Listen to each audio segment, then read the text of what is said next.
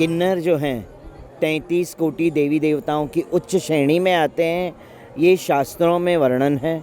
और किन्नरों की उत्पत्ति के बारे में भी गर्ग संहिता में भी वर्णन है, भागवत में भी वर्णन है कि ब्रह्मा जी ने जब क्रिएशन करना था तो स्त्री और पुरुष की उत्पत्ति करनी थी, मगर उन्होंने जब पानी के प्रतिबिंब में, पानी के अंदर अपने प्रतिबिंब को देख के खूबसूरती को निहारने लगे थे, तो मंगलाचरण गान करते हुए मंगला समय पे किन्नर और किमपुरुष की उत्पत्ति हुई थी। और उत्पत्ति हुई और वो भी मंगलाचरण गान करते हुए, प्रभु का गान करते हुए, प्रभु के नामों का उच्चारण करते हुए उनकी उत्पत्ति हुई थी। तो ब्रह्मा जी ने कहा मैं स्त्री और पुरुषों की उत्पत्ति करना चाहता था, ये ना स्त्री की उत्पत्ति कर सकते ना पुरुष की उत्पत्ति कर सकते। तुरंत ब्रह्मा जी ने देह त्याग किया और पुनः नया देह प्राप्त किया कि स्त्री और पुरुष की उत्पत्ति कर सके। तो इसी तरह से किन्नरा और किमपुरुष की उत्पत्ति हुई थी। और आगे आप जाके देखते हैं कि राम जी के समय में जब प्रभु राम वनवास जा रहे थे तो उन्होंने सबको कहा था आप अपने अपने घर को लौट जाएं। भाई मैं 14 वर्ष के वनवास के बाद पुनः लौटूंगा, जितने भी नर नारी हैं वो चले जाएं। आप जब वो लौटते हैं 14 वर्ष के वनवास के बाद, तो वो देखते हैं तट पे कुछ लोग अपने छोटे से मकान बना के रह रहे हैं और गांव के लोग उनको आके भिक्षा में राशन दे के जा रहे हैं कि वो अपना भरण पोषण वहीं तट पे कर सकें। तो प्रभु राम ने कहा मैंने तो यहाँ किसी को नहीं कहा था 14 वर्षों तक हमारा इंतज़ार करे। तो वहाँ कुछ किन्नर थे, तो उन्होंने यही कहा हे प्रभु, आपने जब यहाँ से आप वनवास की ओर गए तो आपने सिर्फ और सिर्फ नर और नारी का वर्णन किया था कि आप अपने घर को लौटे। प्रभु ना हमारी गिनती नर में है ना हमारी गिनती नारी में है, तो हमें तो आपकी आज्ञा ही नहीं थी, तो हम कैसे यहाँ से जा सकते हैं, इसीलिए हम यहीं रच बस गए आपके इंतज़ार में।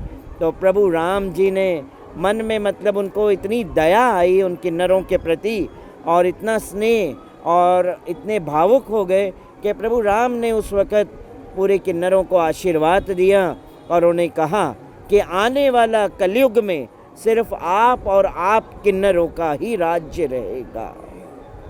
और आगे उल्लेख जब आप देखते हैं तो भगवान श्री कृष्ण के साथ अर्जुन भी रहे। अर्जुन ने भी अपनी जीवनी अज्ञातवास जो बिताया एज अ ब्रहन अल्लाह के तौर पे बिताया है ना। तो और कुरुक्षेत्र के मैदान में भी अगर आप देखेंगे तो शिखंडिनी को पहले खड़ा किया गया था। क्यों किया गया था? क्योंकि अगर भगवान श्री कृष्ण ने कहा शस्त्र मैं कुरुक्षेत्र के मैदान में नहीं उठाऊंगा, है ना, उन्होंने प्रतिज्ञा की थी, तो उन्होंने यही कहा अब एक ही है गंगा पुत्र भीष्म, उन्हीं के आगे नतमस्तक हो सकते हैं। नहीं तो गंगा पुत्र भीष्म अगर वहाँ रणभूमि से नहीं हटे तो कौरवों को कोई नहीं हरा सकता है, पांडव तो हरा ही नहीं सकते हैं कौरवों को। फिर उन्होंने शिखंडिनी को अर्जुन के रथ पे खड़ा कर दिया और जहाँ शिखंडिनी को देखे तो वहाँ गंगा पुत्र भीष्म ने अपने हाथ जोड़ लिए, तो अपनी तीर और कमान रथ पे रख दिए और गंगा पुत्र भीष्म तीरों की शैया पे लेट गए।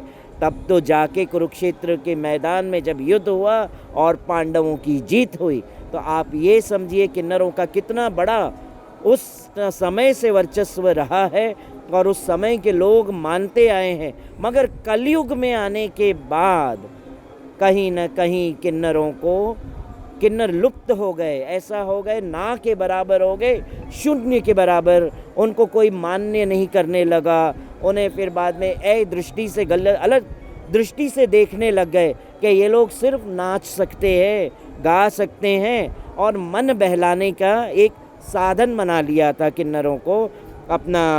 औरंगज़ेब के टाइम में आप देख लो, अकबर के टाइम में भी आप देख लो, सिर्फ उनके राज्य महाट में क्या करते थे, नृत्य ही करते थे, है ना।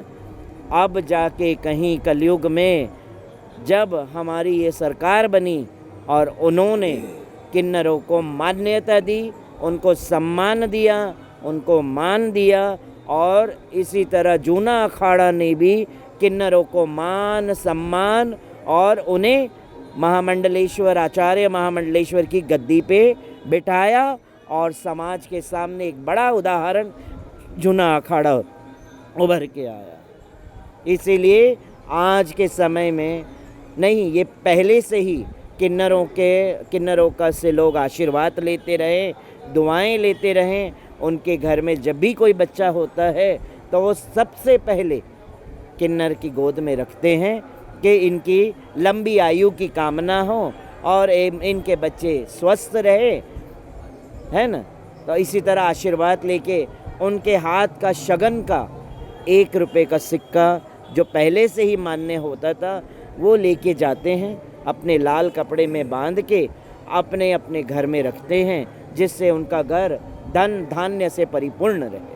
आप हमारे संतवाणी चैनल को सब्सक्राइब करें, वीडियो को लाइक करें, शेयर करें और हाँ, बेल आइकन पर क्लिक करना बिल्कुल ना भूलें ताकि हमारी किसी भी वीडियो की सूचना सबसे पहले आपको मिले।